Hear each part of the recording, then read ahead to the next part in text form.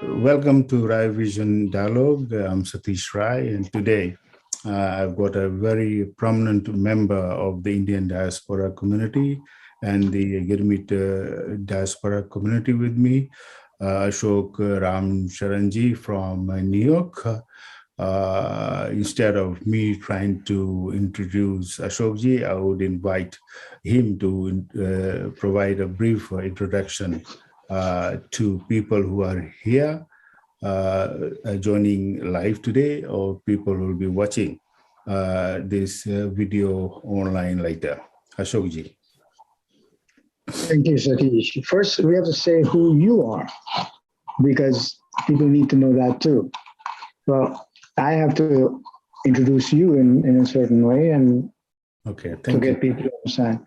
Dr. Satish Rai is a filmmaker, historian, born in Fiji, lives in Sydney. He's terrific in his pursuit of films, documentaries, and history of the Indian diaspora, globally, in particular from Fiji and going back to India. And he's constantly making trips back to India to cement that and to find out more. And this is one of those initiatives that he has. He has had many initiatives and many books and many films. You can go onto his website and see they are terrific. If we had you in the Western Hemisphere, we'd take more advantage of you. But our time zone is days apart, one day apart. But I'm glad that I know you. I'm happy that you are part of the Indian diaspora, because it adds so much more value to it with you being there. As far as myself, can I say, Ashok, before you go on, is that you are one of my inspirations. I met you around 2010, around that time, in Delhi, I think, and after that, we collaborated on that tribute to our Girmitias in Kolkata, and then we carried on our relationship since then. So thank you for being there and being very supportive of me or what I'm doing. Thank you, Satish. First, let me tell you who I am in a very short time. I was born in Guyana.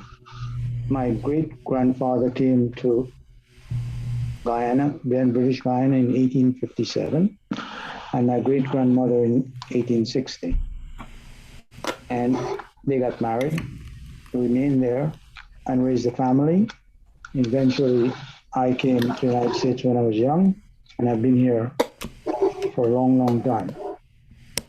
And during this interim, I've explored many avenues where our journey began, from Calcutta, the ports of Calcutta, to the shores of Guyana, Trinidad, Martinique, South Africa, Mauritius, Fiji, and the second journeys of UK, USA, Canada, France, and all the other places. And it's a unique history, which I find very challenging, because there's so many of us involved in talking about it. So during this interim, I have explored many aspects of our journey, beginning in 1834, and previous to that in 1827, to the French island of Reunion Island, where the French took indentured laborers long before the British did. So there's a merger of that as well, combined with Malaysia, which presently has about 3.3 million people of Indian origin, and that was from South India. So we have this mixture of persons of Indian origin that number anywhere from 11 to 12 million people, stretching from Malaysia, Fiji, Mauritius, Reunion, and South Africa, and the Caribbean, plus their second journeys, of course.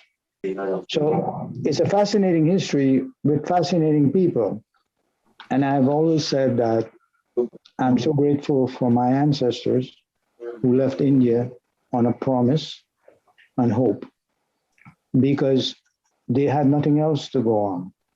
But thank God they did, because we have thrived, we have excelled, we have achieved, and we have progressed in the various countries, colonies previously, where we have made our lives better and the countries better. And for that reason, I'm thankful that they left.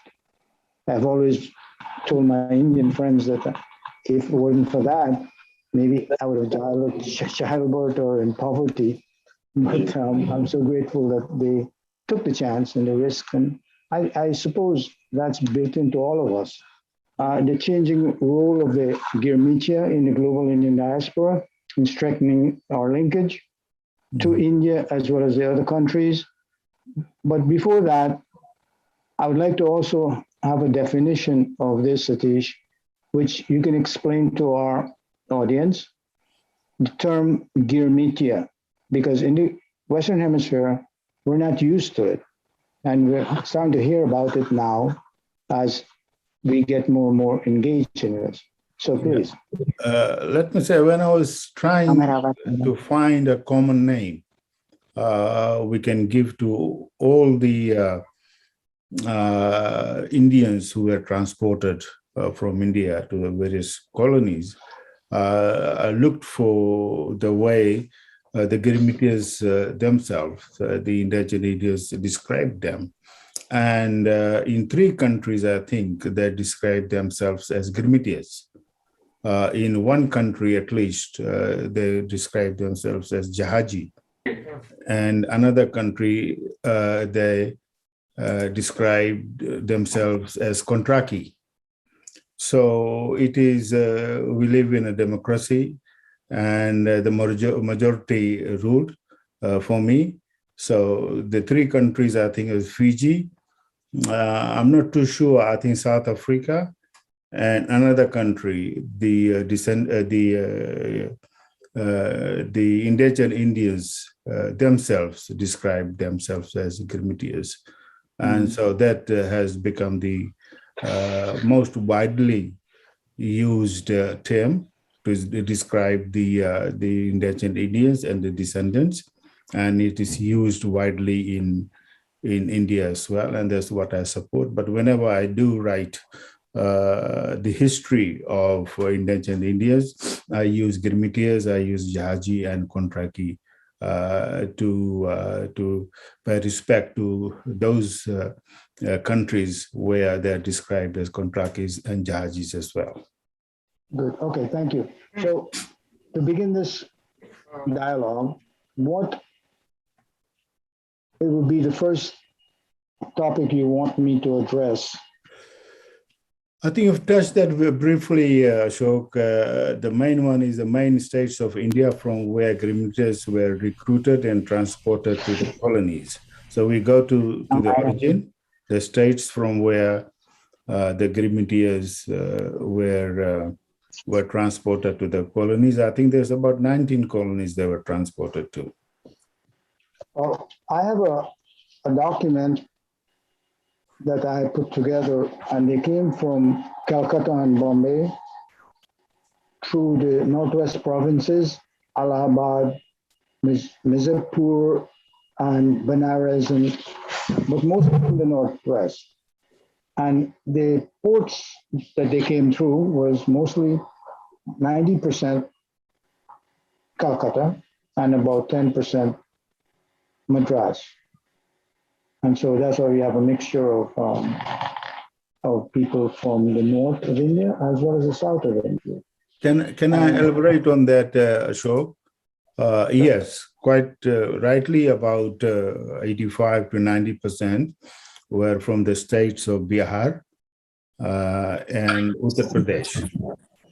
And they were taken to Calcutta and then transported. But there were many other states from where lesser number of Girmitias were recruited and transported. Telangana, Andhra Pradesh, Tamil Nadu, Kerala, Madhya Pradesh, Punjab and Bengal itself. Rajasthan, Bengal itself. And one state which we do not concentrate much on, and we've talked about that, Ashok, is Gujarat, because the Gujaratis were transported to East Africa. That's right. BTS. The four countries were Kenya, Uganda, Malawi, and Tanzania. So recently we have included them as also part of the Gurmit community. So for the most part, the migrants, as we call them, indentured laborers, came from Bihar, from Uttar Pradesh, some from Punjab, some from Bengal itself, and many from the southern state of Madras dependency at that time. Yes. Yes. And what people don't, they normally say the start of Gurmit or indenture system started in 1834.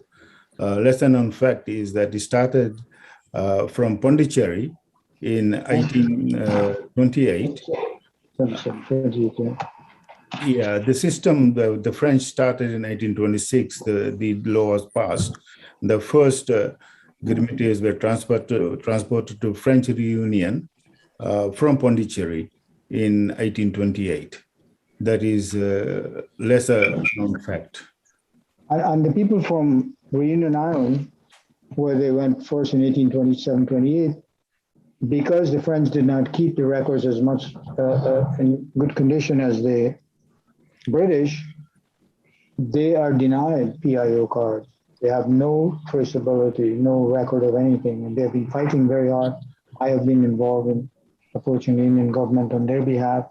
Finally, some measure is being taken now where if they can provide some alternate record or marriage or some witnesses and affidavits. So we're progressing on that. But you're right, it started in 1827-28, and the French were the ones who did it.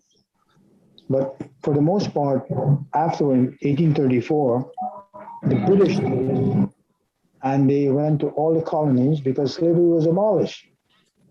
Yes. 1834. Today, August 1, is Emancipation Day in all the colonies of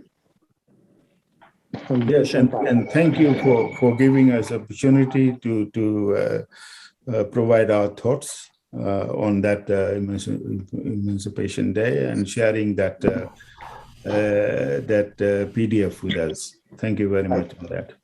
So we all know when the labor is missing, they have to find a source of labor to keep the profits going.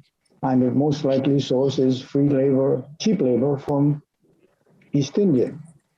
And that is the beginning of the whole journey. We've gone to Fiji, to Mauritius,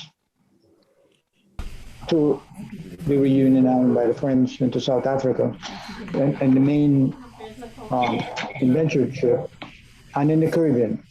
I can speak a little more about the Caribbean because there are 4 languages spoken there in about 18 countries, small and large.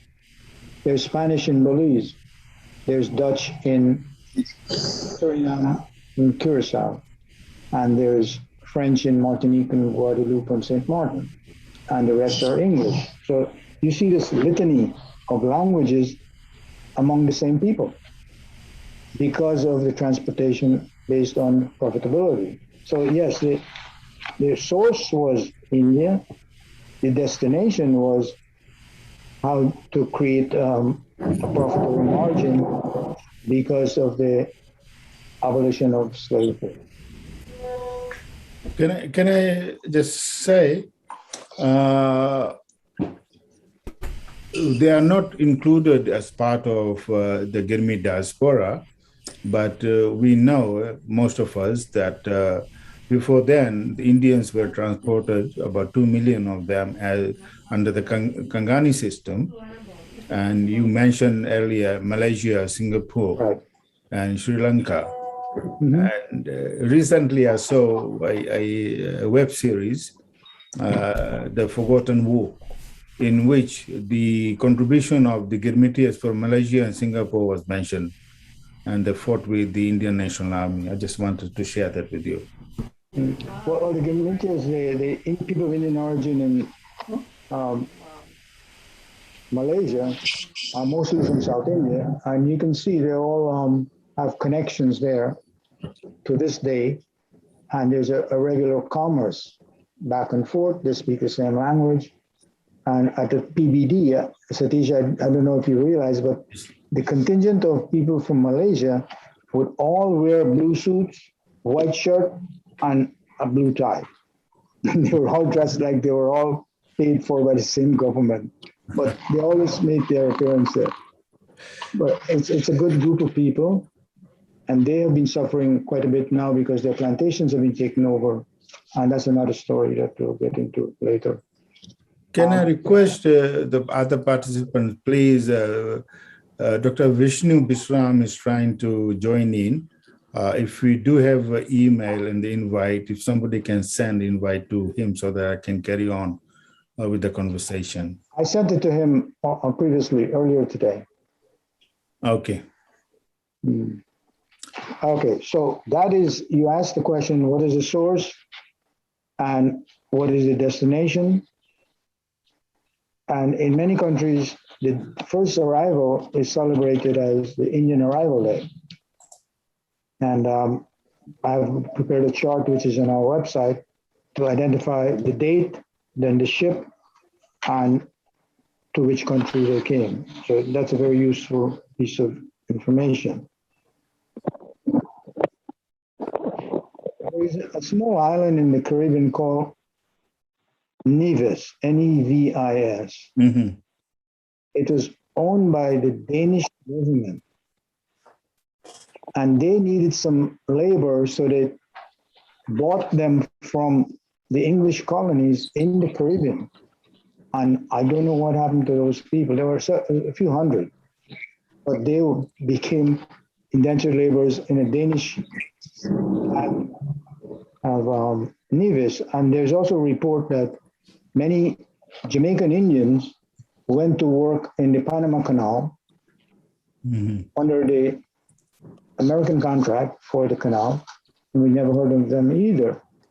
And there's also many of them who went to Cuba on consignment, about 2,000 of them back in the 1800s. So they've been scattered. So we're that type of people.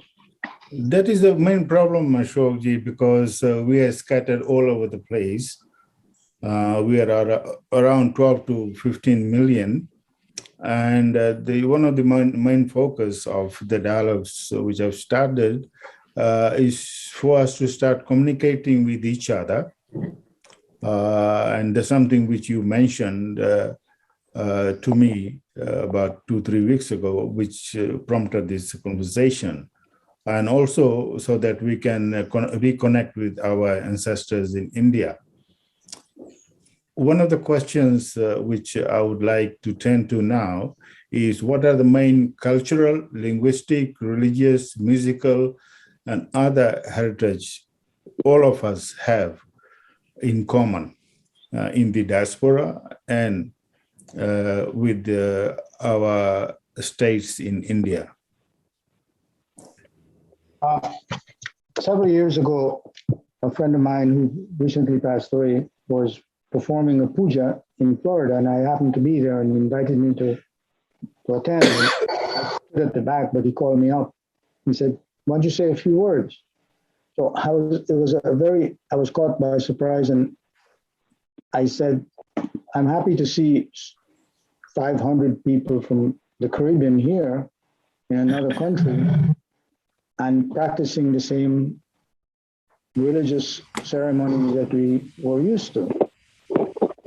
And it's very impressive that wherever we go, we take our mantra and our masala with us. And he was so impressed. He said, "Can I use it?" I said, "Sure." So to answer your question, cultural, linguistics, and foods, we retained this because it was a source of security and sustenance. Sama was there, Radhika. Can you mute that person? Yeah, hello. Can you mute that one person? Yeah, I think, yeah. All right, let's hope. So what happened is that being remote from native India and the familiarity of it, you hold on to things that sustain you. And religion was that thing, and music and foods. Clothing, we discarded that because it was not available, and we adapted to what was available. So these are the things that kept us going. And I'm so happy that so many religious groups have taken this on to perpetuate the puja and the ceremonies to keep this history alive. Many years ago, Ashok, I was in London. I was invited to a Indo-Guyanese wedding, and I didn't know what to expect. I went there, and the puja, the wedding was same as the way it was done in Fiji, but I was more surprised when they served puri and pumpkin curry. Yeah. And I said, this is exactly what happens in Fiji. And that was about 30 years ago in London, in Ghana's wedding. And so that's something common. We bring that here too. In the United States, they try to go out of their way to get the leaf, the purine leaf, and do weddings with it as a tradition. But you're right. These are the things that keep us together as a people. And as you know, the average ship was about 380 to 400 people. And the average 10 to 12 of them died on the way. But the percentage was about 12% Muslims, and the rest were Hindus. Mm-hmm. The journey was so rough and so hard and so treacherous that they became together because they had a common purpose to survive. Mm-hmm. Forget about what they had to endure later on. The journey itself was something of an experience, and they became brothers. So in the village where I live, where I was born, there's a Hindu mandir, Christian church, and a Muslim mosque. And intermarriage was a normal thing. We had a 3-day wedding, which is normal. People get along, which was a fabulous thing. When I tell my friends in India that we have names like Parvati Khan, they said, what? But we do. And we celebrate that diversity among ourselves. Very much same. Just to add that in my village, one half was the Hindu side, the other side was the Muslim, and surrounding was the South Indian. And our Dai, the midwife for all my brothers and all my cousins, was a beautiful, wonderful Muslim lady. So that was the relationship we enjoyed because of the Jahaji Bhai concept, because they are all Jahaji Bhais and Bhans. So that kept us together and kept the language, kept the culture, kept the religion and the foods, and later on with the movies and the music from India, that further enhanced it and solidified it. And later on, we adapted that. As you know, the Caribbean side have something called chutney music, which is terrific. It's an adaptation that only a person of Indian origin can do with what's available, just like we did with the foods, to adapt. And I understand some movies now in India are taking that kind of music to be part of. It came from Bhojpuri influence, but it's still so precious. So cultural linguistics, there's only one country in the Caribbean, and I can speak only for the Caribbean. Mauritius, I know, is teaching Hindi in the classes, but there's only Suriname that teaches Hindi in the schools. All others, it's gone by the wayside, and only the pundits know it, and those who are eager to learn on their own. So that's something that we have lost in the English speaking colonies. that brings us to the many things which combine us, but because of history,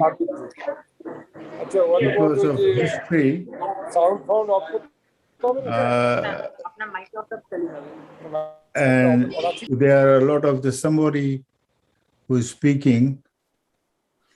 There's somebody. There are also differences amongst us in the Gurmit diaspora. For example, I understand in the Caribbean, the Hindi language or Bhojpuri language is not that widely spoken. No, it's not. Only in Suriname. In fact, Suriname teaches Hindi in the schools. And there's an attempt in Trinidad with Satnarayan Maharaj to start teaching, and he was teaching, but only to selective those who attend his schools. And when the Surinamis went to the Netherlands, they were called Hindustanis. They were not called Surinamis, they were called Hindustanis because they spoke Hindi. So you're right, it's not being practiced in only one country, and I don't know what will happen to it in the future. There's a World Hindu Conference, Hindi conference, and they have been meeting regularly, so I don't know, I have not followed that up. So this brings us to the last question, is the future. How do you see the future of the diaspora? How are we going to emerge? Are we going to continue working separately as in isolated way? There are, I know, Dr. Mahabir is trying to get the Caribbean Indos together, and there are other efforts that are being done. My effort is to bring the whole diaspora and then reconnect them to our ancestors in India. How do you see, how are we going to progress, Ashook Ji? Well, we have two parts of that question. And one is, we should look at what is the relationship of the Indian diaspora to India, or the relationship of India towards the Indian diaspora. We should answer that question first. Mm-hmm. Then tell us whether we need to stand alone or dependent. And I believe over the past few years, with the dissolution of the Ministry of Overseas Affairs and the relegation of Indian affairs only to a small staff called secretary, and no one traveling to these diverse places or even engaging in it, and COVID adding to that disarray the fabric of the whole engagement, and India itself being tied up with its own economic progress and all other things, I believe that our dependency as Gurmitia, as descendants of Indian origin, cannot depend on India for our linkage and strength. I agree mostly, I think, with you, Ashook Ji, but we have been trying before COVID to communicate with the individual states, especially in Uttar Pradesh. And recently I have been approached by one organization called India Foundation, I think. Probably you have been approached as well. So they are that sort of attempts, but there's no overall Indian government attempt or overtures from the state governments of Uttar Pradesh and Bihar in particular towards us. Well, we made an attempt, the Indian Diaspora Council made an attempt to have the government of India fund a private public partnership, a museum on the shore, on the banks of the Hooghly River, right where the ships were. And a private university was going to give the land, and they did not proceed with even acknowledging that we made that proposal, but it was a very thorough proposal. And COVID came, and Mr. Patak was pursuing that with me, and we got nowhere with it, but we can still pursue it. But that aside, we have to look at what India's engagement with the diaspora. It seems to me that the descendants of indentured laborers amount to less than what they would like to have in terms of economic engagement as the NRIs in North America, Canada, and Europe. They're looking at that aspect of it. When we had issues of difficulties recently in Guyana with the election a year ago, and with South Africa currently, the Indian government did not put a strong foot down. They have the clout to do it. They have the population and the strength to do it, but they have not. Just like when Mahendra Chaudhry was deposed. Mm-hmm. You were there, you know about that. Yeah. As a legal prime minister of Fiji, the Indian government took so long that it solidified the coup. Yes. We are looking at India not as a mother, but as a mother who wants to take things from see if we have any economic gain. How can we start to make amends? I think it's going to take a long time. I'll have two suggestions for you to make comments on. One is for us as global Girmitias to get together and form a very, very strong organization. You were the president of GOPIO, and I know as the president of GOPIO, you tried very, very hard, but the organization... I'm here for the Donovan Richards. Is it still active? I think it's done because they said they were going to end at 9. I know, but I just have to go in and give a check. Please, people who are talking, can you please okay. mute your mics, please? Thank you. Interest of time. A request to people who are speaking with their mics on, please mute your mic so we can continue our conversation. Yeah, so we can answer the question as follows. Let's see how it develops, because it's been an ongoing thing. And, is this one building named Raffle and the other have different names? Vishnu Mahadev, can you turn your microphone off? Confusing. I've been working here for 4 months now. Oh, because I thought I was a bit confused. I said, no, let me be on the right side. I'm not sure. Thanks. Vishnu, turn off your microphone, please. Who's there? Because I think I saw a familiar politician that was outside. I was like, that guy looks so familiar. Yeah, I said before, people are speaking, we'll have a chance to have your views. I can see one hand up as well. But we want to first finish the conversation with Ashook Ji. Let's go back to this thing now. So I talked about the engagement with India. It has to be formalized. It has to be re-engaged. It has to be with a lot of energy and a lot of planning and to the right people. So that's one aspect. The other aspect is, what is the future of Girmitia? As you and I know, we number anywhere from 10 to 12 million people, but we are in different time zones, different languages, different historical backgrounds. And it will take quite a bit to pull this together. 2 years ago, I worked with you and we developed the International Girmitia Society. And I have a blueprint of it, which I still carry with me to develop this program where we talk about regional and international recognition as well as engagement among each other, because we have strength.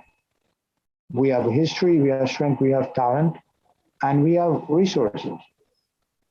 If you look at the South Africans or the Caribbean or Fiji and the second journey, UK, USA, Canada, Netherlands, and France, there's so much resources and talent, but it needs pulling together. And I'm willing to step back into it and arouse some people and pull it together because it needs that strength. Otherwise, we'll be floating like this forever. Yeah, we need your expertise and your guidance, Ashok Ji, to do that. We have Indian Diaspora Council, and now we have got Global Agreement Association as well, with your permission, and we can work together. And this platform is there basically for that reason. So we'll be guided by you to get the diaspora community, the expertise from the global Gurmit diaspora community to get together. One final comment on this is that throughout our history from 1834 to date, our people have known how to live in peaceful coexistence with other communities, whether they're Africans or Portuguese or native Aborigines or any other. So it does not take much for us to get along with our own. Yes. Whether they're from Fiji or so, the journey will be less treacherous. I don't think there's a problem, Ashok Ji, but I think effort has not been made yet to get people on the same platform. And now with the facilities like Zoom, we can do that. And later on, as we progress, when we get to know each other, all of us can start speaking with each other. Satish, I think what happened is that the Indian government, with the introduction of the annual Pravasi Divas, gave us a false sense of security. And I'm not mincing words here. Yeah. It gave us a false sense of security that we are together. Yes. Instead of nurturing this kind of togetherness, they were looking to see for their own benefit. In fact, when you go to a PBD session, is the politician speaking for 60 of the 75 minutes. So yes, we know what that is. But we were given a false sense of hope from 2003 to 2019. I stopped coming to PVD a long time ago, Ashok Ji, because I saw that very early. But on that note, your thoughts on what I've been trying to do, I think just before COVID set in, is try to reconnect with their own people. I estimate there's 50 million descendants of Gurmitias, the family from where the Gurmitias were transported in India, in UP, in Bihar, mainly. There's about 30 to 40 million people there. Do you think there's any merit in us from diaspora trying to reconnect with them rather than trying to connect with Indian government?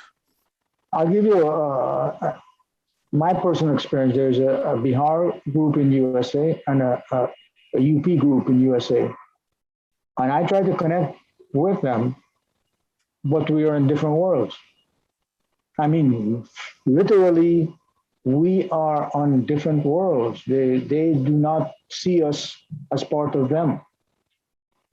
Yes. I don't know what it will take, but it's like you trying to infiltrate something that they value as a Indian. Yeah, there's a big problem, I think, in the diaspora, Indian diaspora, the problem between the Indians and the Gurmitias. But what I'm trying to do is to reconnect with our people back in India, in UP, and we were talking about having a study center in Azamgarh, which is sort of the center of the, what I call the Gurmit Nagar in UP, which combines in the middle of the area in UP and Bihar from where majority of our Gurmitias were transported. I'm talking about that, Ashok Ji. It's going to take an effort, but I think first, before we approach that, my opinion is that we need to have our own house in order as a group and approach it from that point. then they'll see the strength in the numbers. But then it has to be formulated in a kind of a strategy and plan, and go from there. So our next round of discussion will be how to establish this international gear meat society that I spoke to you about 3 years ago. Yes. So on that note, I think, Ashook Ji, we will end our conversation today. We'll look towards you for guidance to get us all together, and all the people who have joined us over here, they can contribute, certainly. I'll be guided by you, and we'll arrange, once we're ready, a conversation with multiple people